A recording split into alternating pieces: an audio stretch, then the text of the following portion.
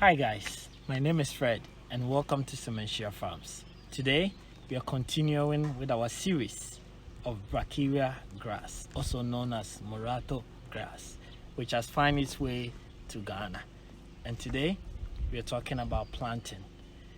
Since we are the source, we had the seed to plant, which germinated and was transplanted. Now, if you need some from us, we have the sack. Therefore, we want to take you through the process of how you can get your hands on and how to plant it. Follow me as I take you to the farm to see the real experience life of planting Semanhyia grass.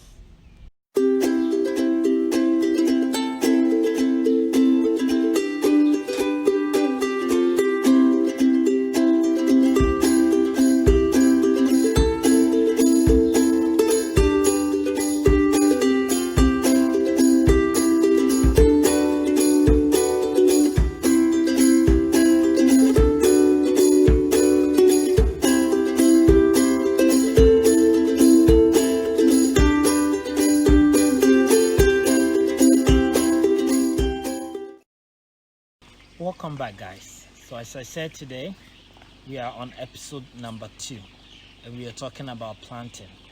Planting for me, if you already have the grass, and for you. And planting, if you don't have the grass and you're yet thinking about ordering some from us, we want to show you the process we also go through into getting you the sucker which you actually need to plant. So here I am standing on our about 3 acres of land full of Semanhyia grass. I want to show you the processes that we go through into doing it, right? So let's take you to the ground and show you how this Semanhyia grass is looking here. So if you plant your Semanhyia grass, just one sucker gives you a very big root, right? So all that you see here is a full root, right? So we're going to show you.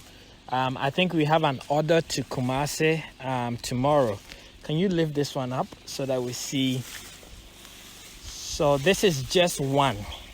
So if you plant one Semanhyia sucker, it grows to this size, which is very huge. So what we do is we use this tool, this mattock, into uprooting it from the soil. And once we uproot it, we're going to take you to the next step on what we do with it. It's okay, we can put it down. So as you can see, it's very heavy. The more you cut it, the more bigger it becomes. And as you can see, that's what we have here all over this place, right? So now we're going to show you how we cut it and how we deliver it to you. All right, guys. So we are back once again, and we want to take you through the process. Once you uproot it, what you have to do. You can go on and do your own business. So once you uproot it, it's very big. So he divides it into 2. And what you have to do next is cut the green leaf off it.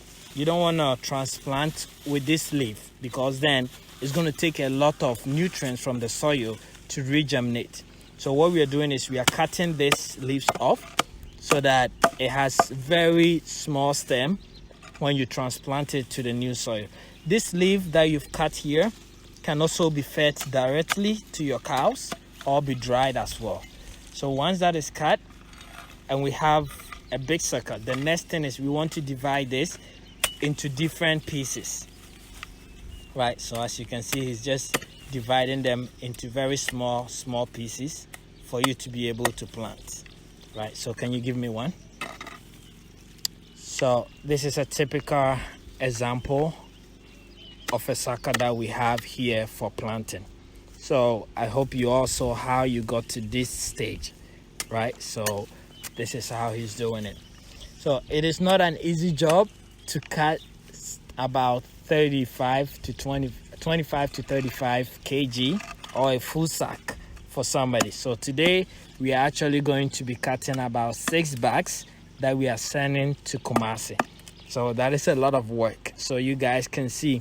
And if you already have the grass and you're thinking about sharing it with a friend, selling it to a friend, or even transplanting it to another land, this is the process. This is why we are doing this video, so that you have an idea of how to do it.